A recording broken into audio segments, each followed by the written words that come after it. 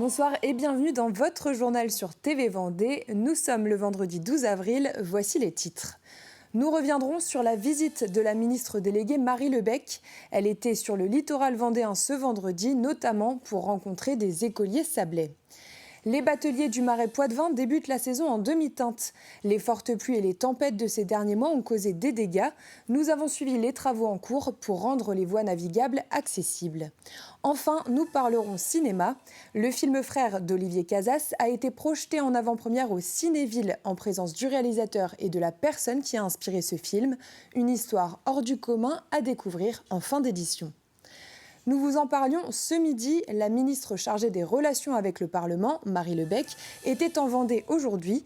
Elle a rencontré des associations, des élus et les acteurs du tourisme, mais elle a pu également discuter avec les élèves de l'école Les Nouettes des Sables d'Olonne dans le cadre du Parlement des enfants, l'occasion de faire participer les jeunes à la vie citoyenne.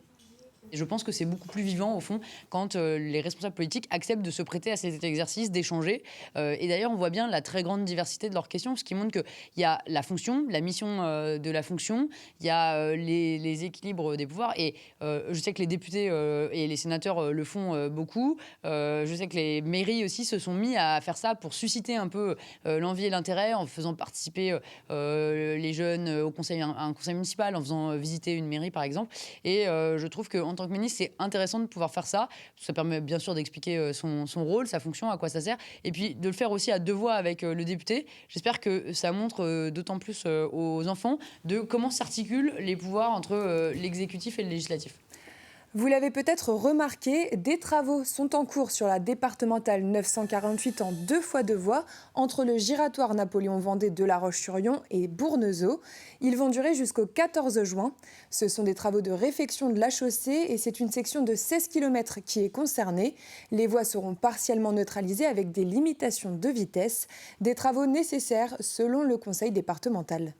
C'est un axe qui date, puisqu'il a plus de 20 ans. Donc les examens de la voie montrent qu'elle est endommagée, que des fissures sont présentes et qu'elle est amenée à se détériorer de plus en plus rapidement, la couche de roulement ayant déjà subi une altération assez conséquente. L'idée, c'est vraiment d'anticiper de mauvaises conditions roulantes et puis d'anticiper le côté budgétaire en se disant commençons les travaux assez tôt pour ne pas d'aller sur des travaux de grande profondeur. Prenons la direction du Marais Poitevin à présent. Les conditions météorologiques compliquées de cet hiver ont des conséquences pour les bateliers et le début de saison est retardé. Certaines voies sont pour le moment impraticables, l'heure est donc aux travaux. Il faut retirer les arbres et la terre pour que les bateaux puissent de nouveau circuler. Mais ne vous inquiétez pas, certains circuits sont ouverts si vous souhaitez en profiter ce week-end qui s'annonce ensoleillé.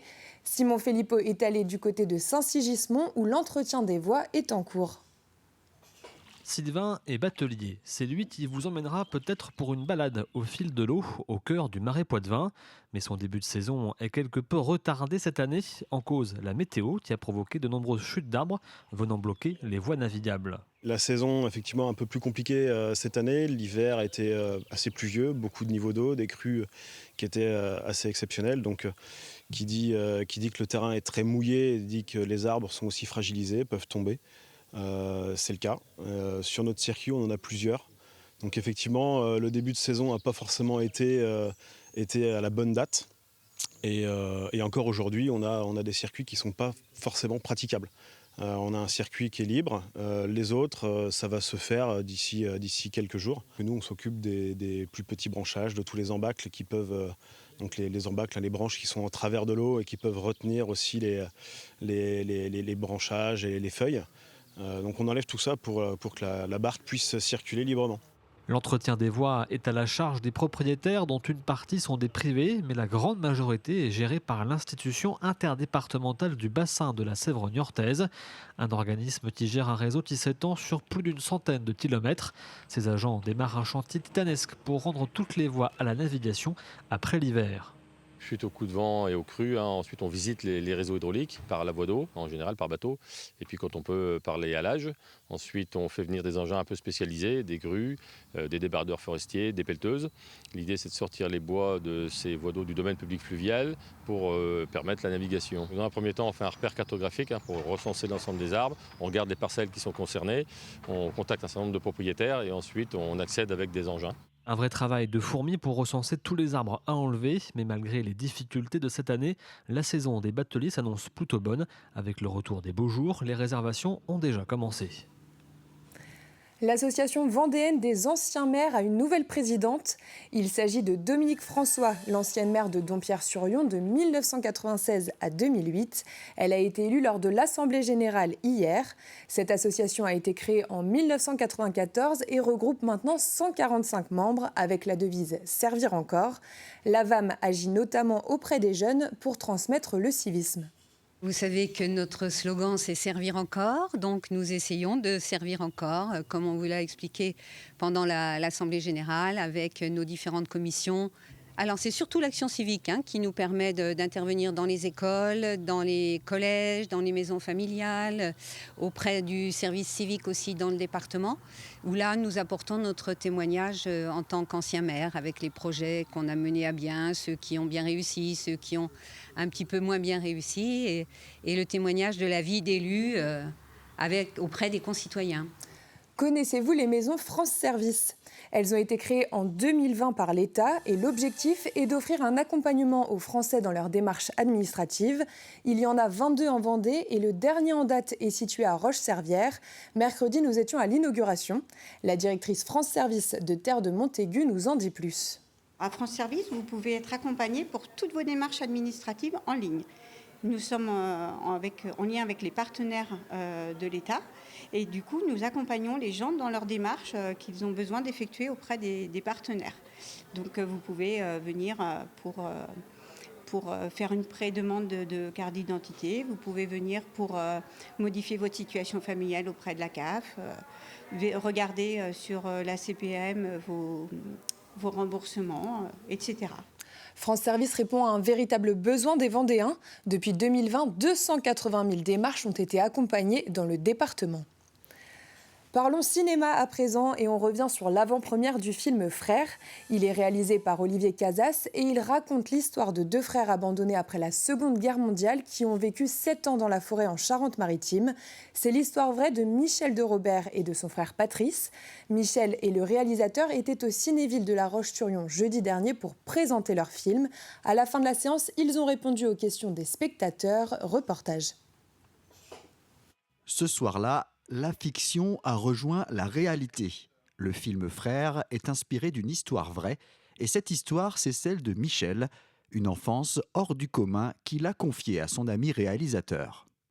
C'est parce qu'Olivier a voulu, m'a dit ton histoire est extraordinaire et il faut que tu me racontes vraiment cette histoire comme si je la vivais.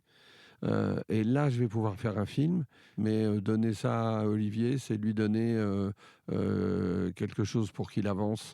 Il est tellement passionné par son métier, il a du talent, donc qu'il en fasse un film. Et je pense qu'il a réussi. Michel et le réalisateur Olivier Casas étaient présents pour partager et échanger à l'issue de la séance. C'est formidable pour nous et de pouvoir échanger après avec le public lors des débats, c'est hyper enrichissant et voilà, tous les soirs on se dit, on sait pourquoi on l'a fait.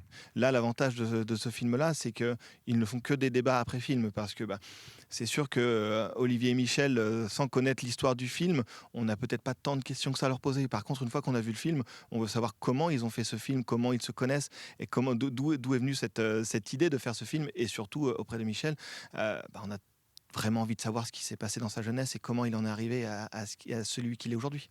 Une projection et surtout une rencontre qui ont marqué les spectateurs. C'est vrai que ça amène une autre dimension au film. On voit la personne, elle nous raconte, elle nous donne les détails, effectivement. Donc là, on n'est pas dans de la fiction, c'est du réel.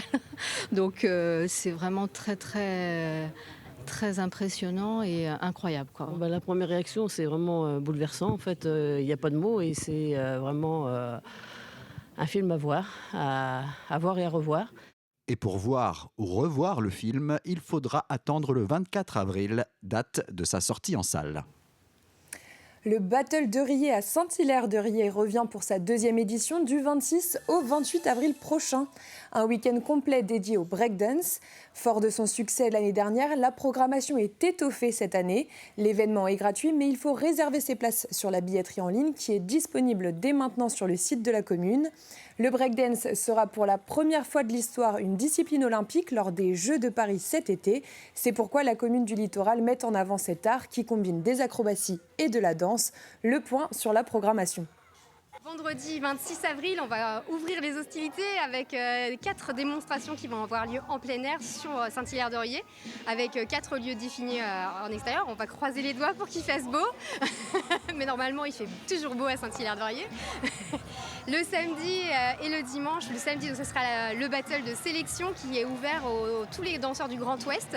Donc là on compte sur le réseau de SNT Crew pour avoir un maximum d'inscrits. Les 2 meilleures équipes seront intégrées au line-up du dimanche et affronteront les danseurs du niveau international qui seront présents le dimanche. Pour promouvoir l'événement, le collectif SNT a proposé des ateliers d'initiation aux élèves de primaire de Saint-Hilaire-de-Riez. Nous y reviendrons dans un reportage dès lundi matin. C'est la fin de ce journal, merci de l'avoir suivi. On se quitte avec ces images du carnaval de Saint-Étienne-du-Bois, organisé par les écoles privées et publiques de la ville et la mairie. Le thème est d'actualité, ce sont les Jeux Olympiques. Ils étaient 255 à défiler et à réaliser un flash mob. Passez un excellent week-end sur TV Vendée.